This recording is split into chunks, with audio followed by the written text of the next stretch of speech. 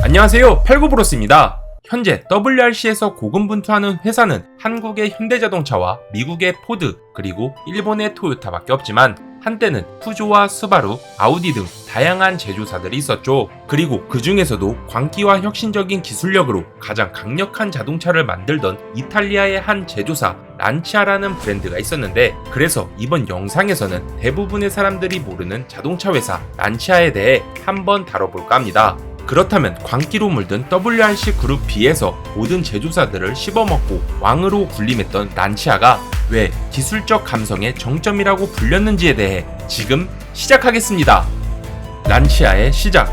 우리나라 사람들은 잘 모르는 이 란치아의 역사를 설명하기 위해서는 지금으로부터 약 120년가량을 거슬러 올라가야 합니다. 1881년 이탈리아 토리노 근처 작은 마을에서 태어난 빈센초 란치아는 어린 시절부터 숫자에 재능을 보였고 자연스레 기계와 공학에 관심을 갖게 되면서 당시 떠오르는 이동수단인 자동차에 금세 매료가 되고야 말았죠. 그래서 일찍이 학업을 마치고 자신의 꿈을 쫓기 위해 비교적 이른 19살이란 어린 나이로 현재 이탈리아의 국민 자동차 브랜드라고 할 수 있는 피아트에 입사를 해 검사관 일도 하면서 또 피아트의 새로운 차량을 테스트하는 테스트 드라이버가 되었던 것입니다. 그런데 어느 날 갑자기 란치아의 직장 상사는 그의 운전을 보고 레이스에 참가해보는 게 어떠냐고 제안을 하게 되었고, 이에 란치아는 밀라노에서 열린 골드컵에 참가를 해 피아트 28-40HP라는 차량으로 우승을 하게 되었죠. 이처럼 경주에 참가해 전문 레이서로 활동할 정도로 자동차에 대한 애정이 남달랐던 란치아는 1906년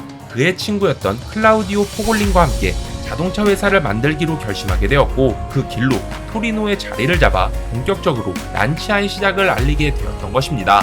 그렇게 란치아를 설립하고 어언 1년이 지난 1907년 란치아는 어린 시절부터 자동차 업계에서 일을 하고 레이서로서 운전을 했던 경험을 살려 란치아의 첫 번째 모델인 T4 51에 대한 개발을 시작하게 되었는데, 당시 이 차량은 2.5리터 엔진을 장착한 후륜구동 차량으로 28마력의 힘과 최고속도 시속 90km를 뽐내는 우수한 성능을 보여줬다고 하네요. 그리고 그 다음 해인 1908년에는 디자인적으로도 완성시켜 토리노 모터쇼에서 T4 51은 공개가 되었고, 신생 브랜드였지만 완성도 높은 모습에 란치아는 많은 대중들의 관심을 받게 되었죠. 여담으로 T4 51은 첫 번째라는 뜻으로 란치아 알파라고도 불렸으며, 이 차량은 훗날 란치아의 차량을 만들고 개발하는 데 있어 큰 역할이 되었던 차량이 되었다고 합니다. 혁신의 란치아, 보통 설립된 지 얼마 안 된 회사들이라면 설립 초창기에 이루고자 했던 방향과 사업성이 좀 퇴색이 되어 다른 길로 빠지거나 결국은 망해버리는 파멸의 길을 걷게 되지만, 당시 란치아는 설립 초창기부터 기술적인 혁신과 사업성에 있어서 상당한 능숙한 모습을 보여주던 브랜드라고 할 수가 있습니다.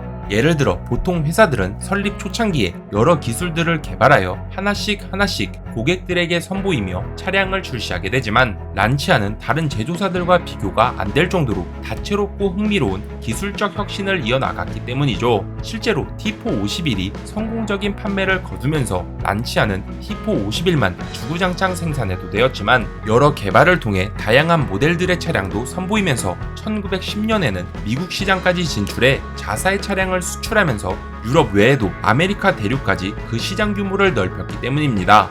여담으로 제1차 세계대전이 한참이던 1915년 란치아는 이탈리아 왕립 육군을 위한 트럭 란치아 조타를 만들게 되었고, 약 3,000대가량을 생산하며 당시 조타는 란치아의 전체 생산량 3분의 1을 차지하게 되었다고 하네요. 요즘 시대로 비춰보면 나라에서 원한 물품을 개발해서 그저 납품한 것뿐인데, 기술적 혁신이니 사업성은 좀 오바지 않나? 라고 생각할 수 있지만, 1915년 당시 한국은 대한제국 시절이 막을 내리고 본격적으로 일본 제국이 통치를 하던 일제강점기였던 시절을 감안해 본다면 동시대였지만 란치아의 행보는 정말 대단했다는 생각이 듭니다. 여튼 란치아는 이 외에도 1913년에 이미 유럽에서 최초로 표준화된 시동장치와 전기점화장치를 사용하며 기술 규격에 대한 의미를 더욱 강조하기도 했고, 1922년에는 대망의 란치아 람다라는 차량을 통해 모노코크 셰시를 전세계 처음으로 선보이게 되었죠.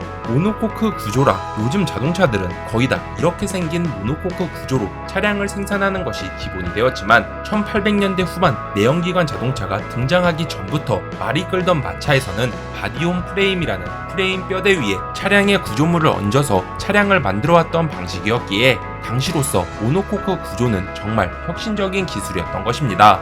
그리고 사실 람다는 모노코크 구조 외에도 독립식 서스펜션과 엔진에서는 SOHC라고 불리는 싱글 오버헤드 캠샤프트를, 그리고 안전한 주행을 위해 차량에는 사륜 브레이크 시스템 등 현재에도 일반적인 자동차에 적용되고 있는 여러 혁신적인 기술들로 시장에서 성공을 거두며 람다라는 차량은 당시 약 11,000대 이상 팔리게 되었던 것이죠. 추가로 란치아 람다에 사용되었던 엔진은 양산차 최초로 V형 4기통 엔진이 적용된 자동차였고, 란치아는 이 엔진의 레이아웃을 꾸준히 개발해 무려 50년이 지난 1970년대 초반까지 사용하게 되었다고 하네요. 어둠의 그림자가 드리워진 란치아. 브랜드 출범 이후 란치아는 꾸준한 기술 발전과 기술의 혁신, 그리고 규격화에 대한 의미를 시장에 전달하면서 자사의 가치를 입증한 것이 사실이지만, 시간이 지나면서 다른 제조사들도 덩달아 기술이 올라오게 되자 란치아는 뜻하지 않던 위기를 맞게 됩니다. 제1차 세계대전 속에서 쌓았던 경험과 재정을 바탕으로 란치아는 꾸준히 성장을 하게 되었지만, 돌연 2차 세계대전에서 이탈리아가 독일과 함께 패전국이 되자 1차 타격을 받았기 때문이죠. 물론 란치아는 악재 속에서도 다양한 노하우를 통해 꾸준히 차량들을 선보이면서 꾸역꾸역 경영을 이어나가게 되었는데, 하지만 당시 다른 제조사들이 포드의 컨베이어 벨트 시스템처럼 대량 생산으로 차량을 찍어내게 되면서 란치아는 어려워졌던 것입니다. 그 이유는 새로운 기술이 접목되어 더욱 정교한 조율을 요하던 란치아의 대부분 차량들은 그만큼 수작업 공정이 많아지게 되었고, 이에 다른 제조사들의 차량과 비교해 높은 제작 단가가 책정되어 더욱 암울해졌기 때문이죠. 실제로도 전쟁이 끝나고 얼마 되지 않은 암울한 시장 속에서 란치아의 차량들은 그저 가격은 비싸지만 수량은 부족한 그저 그런 자동차 회사로 보이게 되었던 것입니다. 심지어 2차 세계대전 이후 다들 먹고 살기도 힘든 시절 속에서 란치아는 최초의 V6 엔진이 탑재되었던 아우렐리아나 그의 후속 모델이자 당시 이탈리아 대통령의 의전 차량인 플라미니아 등 고급 차량들을 출시하면서 재정 상태는 점점 악화가 되었고, 결국 경영난을 극복하지 못하며 1969년 자신이 과거에 몸담았던 피아트의 란치아는 인수가 되었던 것이죠. 추가로 빈센초 란치아는 피아트의 인수가 되기도 훨씬 전인 1937년 만 55세의 나이로 일찍 세상을 뜨게 되었는데, 란치아는 란치아를 설립한 것뿐만 아니라 알파로메오와 마세라티 그리고 페라리를 디자인하는 이탈리아의 유명 디자인 회사 피닌파리나를 설립하는데 초창기에 엄청난 재정적 지원을 했다고 하네요.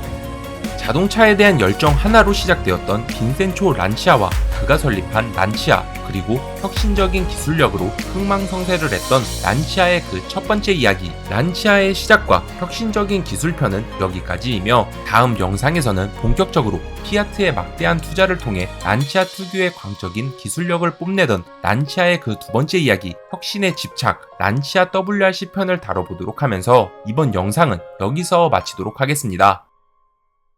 오늘의 정보는 어떠셨나요? 재밌게 보셨다면 좋아요와 구독 부탁드리겠습니다. 끝.